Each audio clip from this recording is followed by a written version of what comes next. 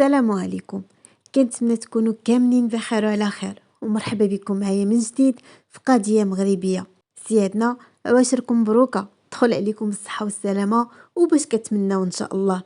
ودابا اش نعاود لكم قضيتنا اليوم شنو فيها. القضية ديال اليوم غادي تدينا لمدينة وجدة مع واحد الأسرة اللي مكونة من الأب والأم وجوج ديال البنات. البنت الكبيرة سميتها وفاء كانت واحد البنت اللي داخله سوق راسها وطموحه وعندها بزاف ديال الاحلام اللي باغا توصل ليهم. كانت تقرا في مدينه وجده، لكن التخصص اللي كانت دايره فرض عليها انها تمشي لمدينه اخرى، والمدينه اللي غتمشي ليها هي مدينه فاس. وهذا الشيء بطبيعه الحال بالمرافقه ديال الاب ديالها اللي بالدور ديالو قلب ليها على شي بيت اللي يكون قريب للكليه ديالها. مولات الدار اللي كانت الوفاء كانت واحد السيده الله يعمر ليها الدار. الاب ديال وفاء ارتاح ليها، وحتى الحي اللي كانت كاريه فيه وفاء حي زوين. وحتى الام ديالها كانت جات عندها واحد المره ما بيدمان البنت تولف الجو تما وتاقلم مع الجو ديالها الجديد. الام ديال وفاء جلسات معاها كيف ما قلت لكم، واخا ماشي مده طويله، مهم حتى اطمأنت على بنتها وتولي تعول على راسها، وعاد رجعت بحالها لمدينه وجده وخلات وفاء تواجه الحياة ديالها جديدة. وفاء من بعد ما مشات الأم ديالها لقات راسها بوحدها وحاولت تأقلم مع الحياة ديالها الجديدة. وهنا وفاء غادي تولي تعتمد على راسها، وولات حياتها روتينية ما بين الكلية والدار، وقليل فين كتخرج. ايوا سيري يا ليام واجي يا ليام. وفاء هنا ولات عندها واحد الصديقة، وهاد البنت عرفت عليها في الكلية واللي غادي نعطيوها اسم يسرى ووفاء ولاو كيتلاقاو بزاف، ولاو مقربين من بعضياتهم. وفي واحد النهار يسرى غادي تشكى على صاحبتها وغادي تقول لها بلي البنات اللي ساكنه معاهم ولاو كيشكلوا عليها خطر، بحكم انها ما بقاش كتفاهم معاهم ولات خايفه على راسها منهم، وما بقاتش كتبغي ترجع للدار باش ما تلاقاش معاهم، ولات خايفه منهم بزاف. وهنا وفاء غادي تقترح عليها باش تجي تسكن معها، وقبل ما دير هاد الخطوه خاصها تشاور مع الاب ديالها، لان الاب ديالها قبل ما يجي لهاد المدينه فرض عليها باش تسكن بوحدها وحذرها من الصحابات اولا تجيب شي وحده تسكن معاها. المهم وفاء غادي تتصل بالاب ديالها وعاودت ليه هادشي اللي طاري اليسرى، لكن هنا الاب ديالها ما عجبوش الحال وكان مصر على الهضره ديالو اللي كان قال لها النهار الاول. لكن وفاء هنا دارت عده محاولات باش تقنع الاب ديالها، لكن الاب كان مصر وباللي كيفاش هاد البنت اللي انت يلا عرفتيها وما عارفه لا اصلها ولا فصلها وتجي تسكن معك. لكن وفاء هنا شرحات لي الظروف ديالها، وهادشي خلى الاب ديالها يزيد يخاف على بنته ويزيد يتشبت بالراي ديالو. لكن وفاء ما غاديش تسلم، وهنا الاب في الاخير غادي يستسلم لرغبات بنته. يسرى غادي تستقر مع وفاء، ومن نهار سكنوا مع بعضياتهم وهما داخلين بجوج خارجين بجوج، خصوصا انهم كيقراو في نفس الكليه. والعائله ديال يسرى ولا ديال وفاء ما عاودوش جاو عندهم من نهار سكنوا مع بعضياتهم، وانما التواصل كان هاتفيا فقط. ولحد الساعه كل شي كان غادي مزيان. وفي واحد النهار العائله ديال وفاء غادي يتصلوا بها، لكن ما كتجاوب. عياو يتصلوا، حاولوا انهم يتصلوا بصاحبتها يسرى كذلك حتى هي ما كتجاوبش. وهنا ما بقى عند الاب ديالها ما يدير غير انه يشد الطريق ويمشي عند بنت وفاء ويشوف اشنو طاري. سافر الاب لمدينه فاس باش يشوف اشنو واقع البنت ديالو. السيد غير وصل السكن ديالها بقى كيدق حتى شي واحد ما كيجاوبو. عيا السيد، عيا ما يتصل والو. وهنا الاب غادي يقرر باش يمشي عند مولات الدار ويسولها على بنته. وداكشي اللي كان مشى عند السيده دق عليها وسولها على بنته يسرى. اذا بالسيده غادي تقول له باللي بنته يسرى شحال هادي وهي رحلات من عندها وباللي ما بقات ساكنه في هذا البيت. الاب هنا تصدم، وكيفاش تحولات وهي كانت ديما على تواصل معايا ومع الام ديالها، وكيفاش ما قالت لينا والو. الاب هنا رجع سول مولات الدار ربما تكون عارفه شي حاجه فين غادي تكون سكنت وفاء، لكن مولات الدار غادي تقول لي بلي هي ما عندها حتى شي خبر وما عارفه والو، وباللي ملي كانت راحله قالت لها وفاء راني لقيت بيت قريب للكليه ديالي، وهادشي راه بخبر الاب ديالي. هنا الاب ديالها تلف ما بقى فاهم والو، فين غادي تكون مشات وفاء وعلاش ما كتجاوبش التليفون ديالها. وهذا الشيء هذا اللي عرف الاب حيرو بزاف. وهنا غادي يقرر الاب انه يمشي عند البوليس ودار بلاغ باختفاء الابنه ديالو، وعطاهم حتى الصوره ديالها باش يتعرفوا عليها بكل سهوله، وحتى جميع المعلومات اللي يقدروا يحتاجوها في هذه القضيه. البوليس هنا غادي يبداو البحث ديالهم، واول بلاصه غادي يبداو فيها هي الكليه فين كتتقرا، ولكن للاسف ديك الوقيته كانوا عطله، ما قدروا يوصلوا حتى شي معلومه تفيدهم في هذه القضيه. وهنا رجعوا مشاو عند هذيك السيده اللي كانت كاريه عندها وفاء، وهنا السيده غادي تقول لهم نفس الهضره اللي قالت الاب ديالها. البوليس هنا رجعوا يسولوا مولات الدار على السلوك ديال وفاء، وهنا غادي تقول لهم باللي البنت كانت داخله سوق راسها وما عمرها شافت عليها شي حاجه خايبه. رجعوا سولاو واش كان كيجي عندها شي واحد، هنا غادي تقول لهم باللي ما عمرها شافت شي حاجه وما عمر شي واحد ما جا عندها. وحتى من العائلات ديال البنات عمرهم جاو طلعوا عليهم. البوليس هنا ولا عليهم واحد الضغط اللي هو كبير، وهنا غادي يقرروا البوليس يصبروا واحد شويه، ربما تكون البنت مسافره اولا مشات لشي بلاصه. ودابا خليونا من وفاء واجيو معايا لمدينه وجده. في واحد النهار ومع 10 ديال الصباح، وفي واحد المقطوره اللي كانوا داخل التران واللي كانت خاويه، جوج من العاملات ديال النظافه غادي يبان لهم واحد الصاك من الحجم الكبير كانت محطوطه في واحد البلاصه في التران. وصل الاخر ديالو كلشي هبط، لكن هذاك الصاك بقى في بلاصتو. هادوك جوج عاملات من الفضول اللي عطاهم الله غادي يقرروا يمشيو يحلوها، مع العلم انهم خاصهم يمشيو للمكتب ديالهم ويعلموهم على انه شي حد راه نسى الصاك ديالو. المهم هنا قرروا انهم يعرفوا شنو كاين في هذاك الصاك وغير يحلوا هذاك الصاك. هنا كانت الصدمه، العاملات هنا ما عرفوا باش تبلاو. ايوا يا سيادنا، هذاك الصاك كانت فيه اعضاء بشريه. العاملات تلفوا ولاو عاطينا غير الغوات من داكشي اللي شافوا. القضيه هنا غادي تكبر والمحطه عمرات، سواء بالبوليس او الشرطه العلميه وحتى التقنيه وجميع الاجهزه الامنيه. البوليس هنا بانت لهم هاد القضيه معقده بزاف، وهاد الصاك اللي طرق في التران واللي داز من بزاف ديال المحطات.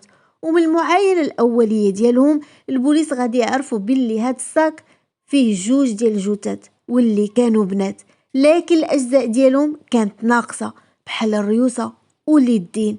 وهنا البوليس كانوا متاكدين باللي الايام اللي جايه غادي يلقاو الاجزاء اللي ناقصه، لان هاد الشخص اللي حط هاد الصاك هذا مازال غادي يحاول يتخلص من البقايا ديال الجثه، وربما تكون في نفس المنطقه وربما في بلاصه اخرى. البوليس ديال مدينه وجده تواصلوا مع جميع المصالح الامنيه اللي في جميع المناطق والمدن اللي داز منها التران، والسؤال اللي كان محير البوليس هو شكون مول هاد الفعله ومن اي مدينه يكون طلع وحط هاد الصاك. البوليس ديال مدينه فاس وفي هاد الوقيته كانوا باقيين متبعين قضيه اختفاء وفاء، واللي اختفت في ظروف غامضه هي وصاحبتها، وحتى شي واحد ما عارف عليها شي حاجه.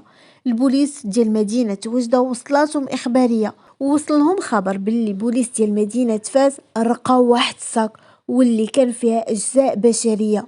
لكن هاد المره هذاك الصاك ما تلقاش في المحطه ديال التران، وانما تلقى في واحد البلاصه اللي كانت خاويه واللي كانت بعيده واحد شويه على المحطه ديال التران. المهم البوليس حلوا هذاك الصاك واللي لقاو فيه جوج ديال الريوسه واليدين واجزاء اخرى. فهنا تاكدوا تماما باللي الاجزاء اللي تلقاو في مدينه فاس فهما الا تكمله الاجزاء اللي تلقاو في التران ديال مدينه وجده. وهذا الشيء كيعني باللي هادوك الجثث عندهم علاقه بالبنات اللي اختفوا مؤخرا. وهنا واحد البوليسي واللي كان مكلف بهاد القضيه الاختفاء ديال وفاء غادي يلاحظ باللي كاين واحد الشبه اللي هو كبير ما بين الصوره وما بين هادشي اللي طرقه. ومن بعد ما البوليس تاكدوا غادي يتصلوا مباشره بالاب ديال وفاء باش ياكد لهم واش هذه فعلا جثه ديال بنته او لا. وداك الشيء اللي كان من بعد المعاينه ديال الاب للجثه غادي ياكد لهم بالدور ديالو باللي هذيك فعلا هي بنته. وهذا الشيء طبعا تحت تاثير صدمه الاب اللي صفت بنته باش تقرا وتبني مستقبلها حتى كيشوفها ميته وميته بواحد الطريقه اللي بشعه. وهنا القضيه غادي تحول من قضيه الاختفاء لقضيه قتل. وابتداء من هذه اللحظه غادي يبداو التحقيقات ديالهم، واول واحد غادي يحقوا معاه هو الاب، وغادي يسولو امتى اخر مره شاف بنته وامتى اخر مره تواصل معها. البوليس كملوا التحقيق مع الاب واللي في الاصل ما جاب حتى شي نتيجه. غادي يرجعوا يحقوا مع مولات الدار اللي بالدور ديالها عاودت لهم كاع داكشي اللي عرفاتو واللي سبق لي وذكرتو ليكم. لحد الساعه البحث مازال مستمر في هاد الوقيته، وفي هاد الوقيته هادي غادي يخرج تقرير طبيب الشرعي اللي كيقول باللي الضحيتين بجوج السبب الرئيسي في الوفاة ديالهم كان هو واحد المادة سامة، والحاجة اللي كتصدم كتر هو السم اللي دار ليهم في الشراب، لان طرقات ليهم نسبة كبيرة الكحول في الجسم ديالهم.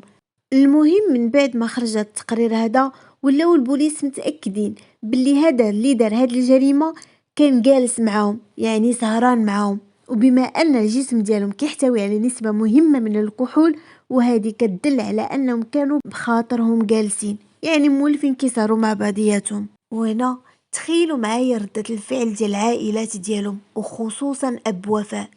المهم البوليس حيراتهم هاد الجريمة وما عرفوا منين يبداوها، بحكم انهم ما عندهم حتى شي معلومة اللي توصلهم اللي ارتكب هاد الجريمة البشعة في حق جوج بنات وشنو السبب. لكن هنا البوليس غادي يبقى لهم امل واحد وهو لافاك، الله يلقاو فيها شي راس الخيط اللي فك لهم لغز هاد القضية.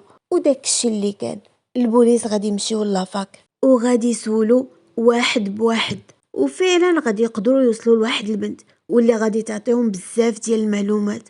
واول معلومه هي فين سكنت وفاء مؤخرا هي ويسرى. البوليس غادي يمشيو على وجه السرعه للسكن الجديد ديال البنات، وكيتبين على ان السكن الجديد ديالهم هو مسرح الجريمه، لان هذيك الدار كانت كلها عامره بالدم. ومن بعد المعاينه غادي يتاكدوا باللي فعلا هذاك الدم اللي طرقه فهو ديال البنات. اما بالنسبه للبنت اللي وراتهم السكن ديال وفاء ويسرى فكتقول باللي ما كانوش مواظبين على الدراسه ديالهم وما كانوش كيجيو لافاك بزاف، وحتى الطريق اللي كانوا فيها واحد الطريق اللي ماشي هي هذيك.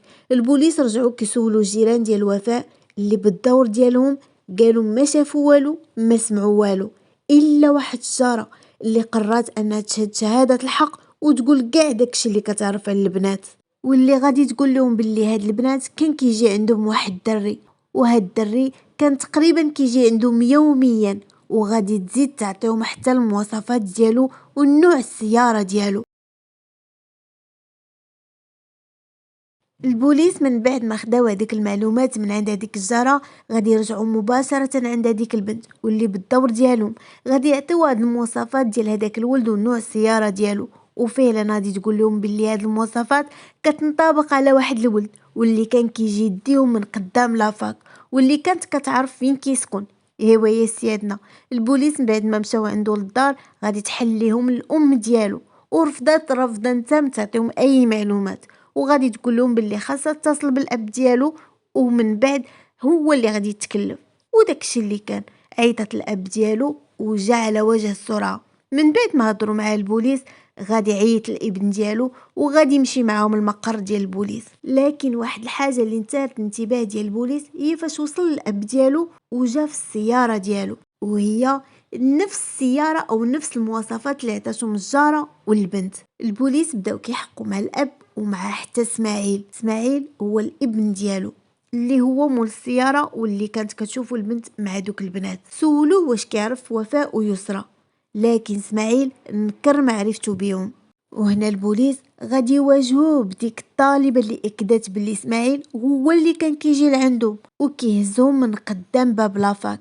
اسماعيل ارتبك وما بقى قدامه غير يعترف وقال لهم باللي فعلا انا كنعرفهم. اسماعيل كيقول باللي تعرف على هاد البنات والعلاقه اللي كانت عنده في الاول كانت مع يسرى، لكن فيما كانوا كيتلاقاو 3 بيهم وفاء ويسرى ما كانوش كيتفارقوا. وفي واحد النهار غادي نقترح عليهم انهم يبدلوا السكن ديالهم بحكم هذيك الدار ما كانش كيصلح ليا نشوفهم في ديك الدار، ففكرت على انهم ناخذ لهم شي دار اخرى وهكا نقدر نجي لعندهم وقت ما بغيت وناخذ راحتي. اسماعيل كان واحد الشخص اللي ميسول الحال والفلوس دايره، والوقت اللي بغى كيشوف يسرى ووفاء. في الاول كانت القضيه منحصره على يسرى، من بعد ولات عندهم علاقه ثلاثيه، يعني السيد ولا مع يسرى ولا مع وفاء. البنات هنا ولاو مبليات، ولاو كيكميو، ولاو كيشربوا وعاطينها للقصاير. دوزو واحد المده اللي طويله مع اسماعيل وعرفوا عليه بزاف ديال الحوايج، واللي من بيناتهم ان السيد كيخاف من الاب ديالو، ولاو كيهددوه يا اما دير لينا اللي بغينا يا اما نعاودوا لباك اشنو كدير في هاد الدار. هنا اسماعيل عيا ما يلبي لهم الرغبات، وهنا اسماعيل غادي يقرر يشري واحد الماده سامه، ورجع للدار ودارها في القرعه ديال الشراب وعطاها البنات يشربوها حتى صافي البنات طاحوا جوج تعاميده. وهنا اسماعيل دار فيهم ما بغى، قطع اللي قطع وتفنن في التفصيل ديالهم، وعمر جوج ديال السيكان. وحده من هادوك السيكان كان رماها في واحد البلاصه اللي خاويه، والثانيه حطها في التران. اسماعيل من بعد هاد الاعترافات ديالو كامله ومن بعد واحد المده طويله غادي يتحكم بالمؤبد. القضيه ديال اليوم غادي تكون سالات. كنتمنى انكم تخلوا لي الاراء ديالكم في الكومنتات وتقولوا لي كيف جاتكم قضيتنا اليوم. تسناوني فيديو جايه. باي باي.